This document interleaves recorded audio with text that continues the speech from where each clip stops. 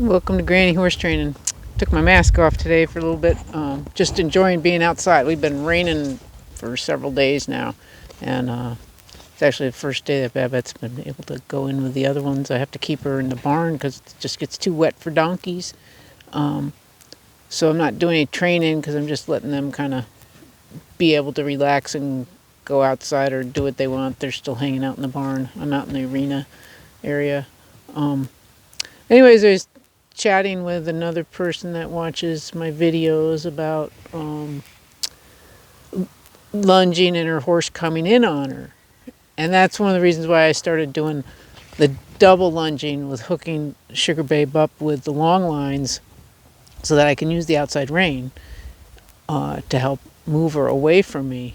Well, it's a long process, and that was her first lesson, my last video on doing that.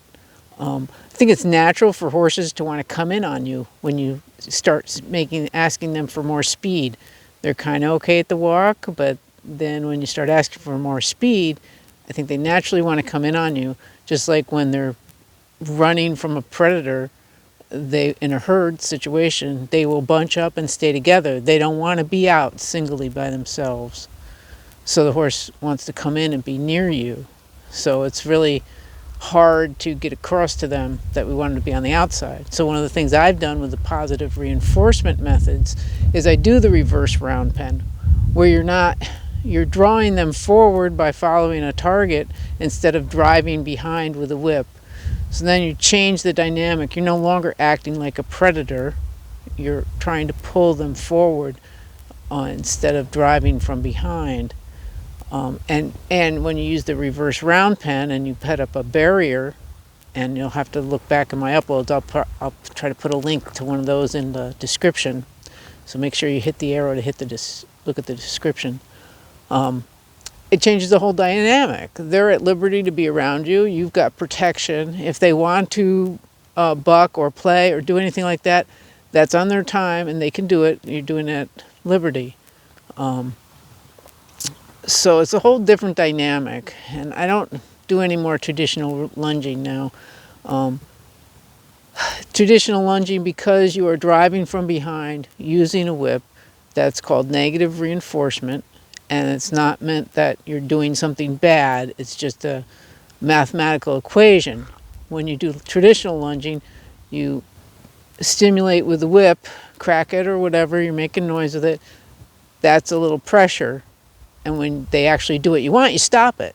So you're removing that action with the whip. So that's why it's called negative reinforcement. You've removed that reinforcement. That whip is your reinforcer.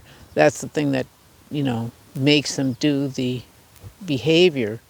And you might want to look further into the 4 quadrants of learning theory, which I do have a video about that I made earlier in the summer. And I dragged out my little sheet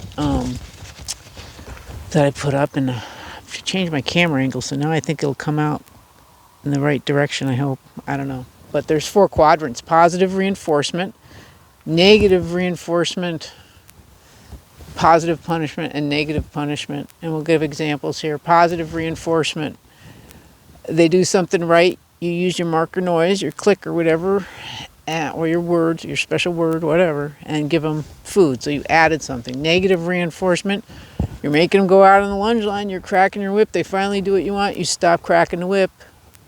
You've taken it away, you've subtracted that action. So that's your negative reinforcement. Your positive punishment is when the horse acts up and does something, and then you lay into them either by getting heavy with the halter and making them back up, or maybe you end up smacking them or hitting them in the legs or the whip because they're rearing up at you or something. You're doing a punishment after they've done the action. Negative punishment is when you take something they want away. So say you're heading out in the field to let them out to graze, but they start acting up right before you're going to let them loose. Well, you don't want to let them loose. You've really got to bring them back through that gate again and try it again to get them to behave properly. So taking them out and making them leave the field where they wanted to go graze, that's negative punishment by just taking them back out of the field. They're going to see that as a punishment. And so that's negative punishment. That's the fast version. I encourage you to do more of learning about the 4 quadrants of learning theory and what these terms mean and what you're doing with your training. We don't inherently know how to train animals just because we're human beings. It takes some effort and time to learn how to do it, and I've spent a considerable part of my life learning how to do what I'm doing.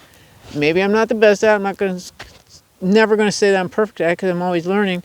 I'm always trying, and every horse and rider or horse and handler combination is different, and what people are capable of doing is different too. If I hadn't started losing more of my physical ability, I might have kept doing more natural horsemanship.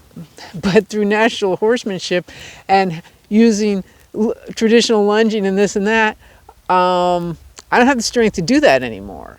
I don't have the strength in my arms to do that anymore. My hands are shot from hoof trimming. I got to really work harder to elicit the cooperation of my horse through positive means without having to use my own strength.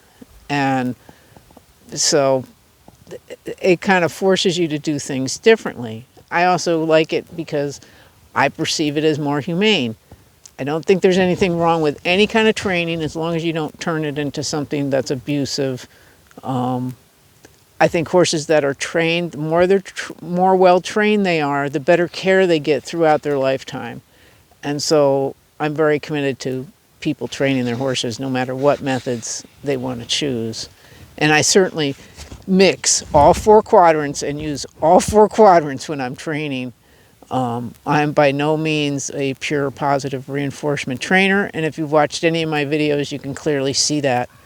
I'm trying to do the best I can, and I really want Lacey to be a horse that enjoys being ridden. And so that's my prime prerogative, is that she enjoys being ridden, we both have a good time, and neither one of us get hurt. So thanks for watching. This is Granny Horse Training. My name's Ruth DeGennaro, and I do have a hoof trimming business I do in Winlock, Washington. That's in the southwest corner of Washington State. So thanks for watching. Bye now.